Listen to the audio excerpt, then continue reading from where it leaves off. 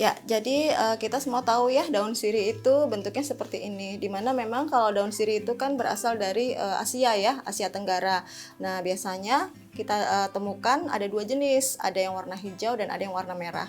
Biasanya tumbuh merambat. Nah, kali ini kita akan membahas daun sirih yang berwarna hijau. Nah, daun sirih ini biasa kalau secara empiris itu artinya turun temurun ya, 3 generasi dari zaman nenek moyang kita.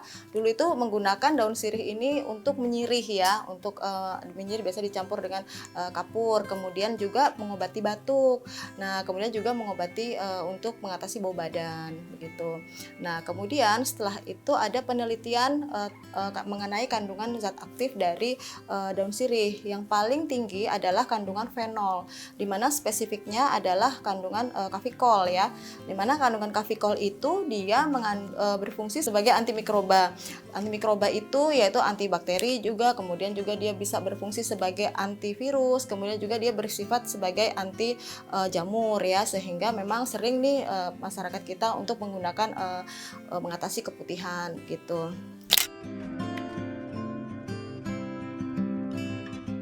Iya, itu fakta ya. Jadi kalau zaman dulu tuh memang karena sifatnya tadi mengandung senyawa antimikroba ya, dia fungsinya untuk kalau secara empiris dulu atau dulu pernah sering digunakan sebagai untuk cuci mata ya, pada kasus-kasus sakit mata gitu ya. Tetapi pada saat ini berjalannya waktu, Kemenkes tidak menyarankan untuk penggunaan herbal yang secara mandiri, artinya dari bahan segar untuk digunakan langsung terhadap mukosa, baik itu mata ataupun untuk mohon maaf untuk cebokan ya. Jadi tidak disarankan, khawatirnya menimbulkan iritasi bagi sebagian orang gitu.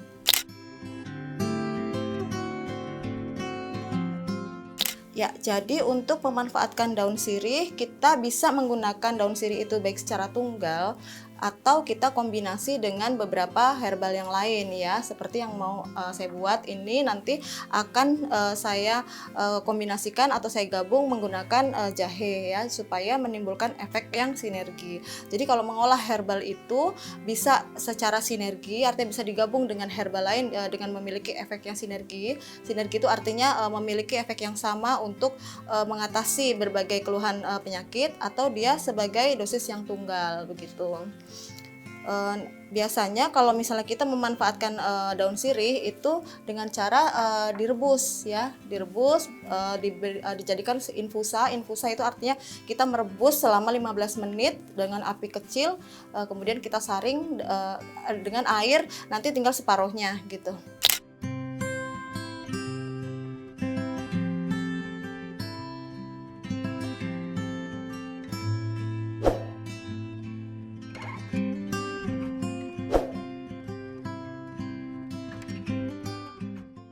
Jadi kali ini saya akan memperagakan ramuan untuk mengatasi keputihan ya bagi wanita, kemudian juga bisa juga digunakan sebagai untuk mengatasi bau badan, kemudian bau mulut, kemudian juga untuk mengatasi pegal-pegal.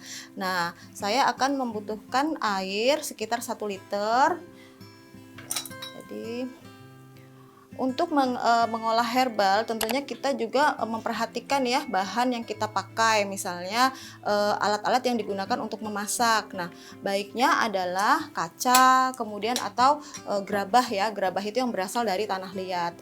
Supaya apa? Kalau kita menggunakan panci yang seperti dari besi, itu khawatirnya nanti pada saat pemanasan atau perebusan itu logam-logam yang ada pada alat memasak itu tercampur dengan zat-zat aktif pada herbalnya gitu, sehingga dikhawatirkan menimbulkan efek toksik. Jadi yang paling baik adalah merebus atau menggunakan alat dari kaca ataupun dari gerabah ataupun aluminium ya gitu. Kalau herbal itu yang pertama adalah didihkan dulu airnya, nanti setelah mendidih baru kita kecilkan apinya, baru bahan-bahannya masuk gitu, dan kemudian kita rebus dengan api kecil selama 15 menit gitu. Nah, kemudian selain tempat yang digunakan untuk merebus herbal, kita juga harus memperhatikan bahan-bahan yang digunakan. Misalnya ini kan tadi kita menggunakan sirih ya. tentunya kita menggunakan sirih yang muda. Kemudian kenapa sirih yang muda digunakan? Karena zat aktifnya terkandung lebih banyak pada daun yang muda. Nah, kemudian juga kita harus mengiris-iris atau memotong-motong setipis mungkin agar pada saat perebusan itu zat aktif yang terkandung dalam herbal itu lebih mudah keluar. Ya, seperti ini sudah dipotong-potong daun sirihnya. Yang kita butuhkan adalah sekitar 5 lembar daun sirih. Nah, ini pada saat sudah mendidih, airnya sudah saya kecilkan apinya, kemudian kita masukkan daun sirihnya. Nah, ini kita masukkan daun sirihnya. Usahakan jika merebus herbal itu harus terendam ya semuanya agar dapat terekstraksi dengan baik.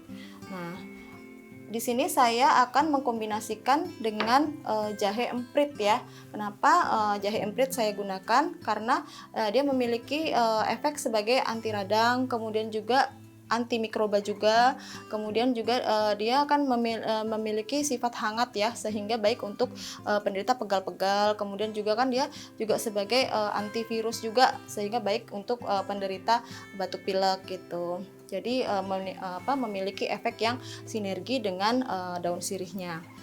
Nah, tadi jahenya sudah digeprek. Jahe boleh digeprek, kemudian juga boleh diparut ataupun harus dibakar dulu boleh, tapi tidak ada perbedaan ya, mau digerus, mau diparut ataupun mau digeprek itu tetap sama, tetapi memang harus diperlakukan agar zat aktifnya mudah keluar. Nah, kemudian kita masukkan asam jawanya. Dalam mengolah herbal itu selain bahan utama juga kan ada bahan tambahan. Seperti asam ini selain dia memberikan rasa yang lebih enak ya tentunya karena sirih kan rasanya getir. Kemudian jahe berasa pahit ya, agak pahit sedikit. Kemudian ditambahkan asam agar rasanya lebih nyaman di lidah ya. Gitu. Kemudian dapat ditambahkan gula aren, boleh menggunakan gula aren ataupun madu. Tetapi kalau madu digunakan atau dimasukkan pada saat akan diminum supaya enzim-enzimnya tidak rusak pada madunya. Gitu. Nah, ramuan ini kita masak selama 15 menit hingga airnya tersisa separuhnya gitu.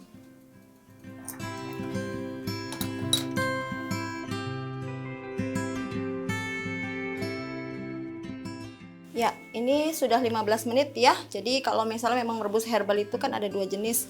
Ada yang 15 menit itu disebut infusa, ada yang 30 menit namanya dekokta. Jadi kalau kita ini saya membuat infusa yaitu cukup 15 menit saja. Nah, kemudian saya matikan apinya. Nah, ini kan sudah tersaring ya, tempatnya sudah memiliki saringan tersendiri. Kemudian kita tuang di gelas. Gitu ya. Nah, seperti ini. Nah, tadi kebetulan saya menggunakan gula aren ya. Bagi yang lebih suka menggunakan madu, nanti diberikan madu itu setelah akan diminum saja. Kenapa? Karena madu itu kan mengandung berbagai enzim ya. Enzim tersebut akan rusak jika dengan suhu panas. Jadi kalau menggunakan madu baiknya memang pada saat akan minum saja.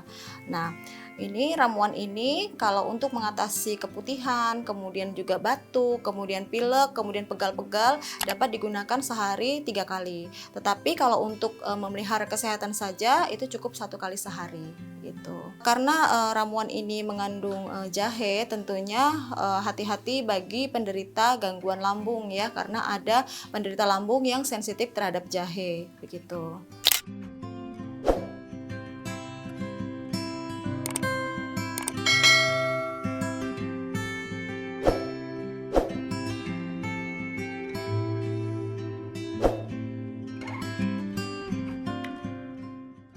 Sekian pembahasan saya mengenai sirih dan ramuannya. Saya Dr. Muthaharah, MSI Herbal. Sampai jumpa pada pembahasan selanjutnya.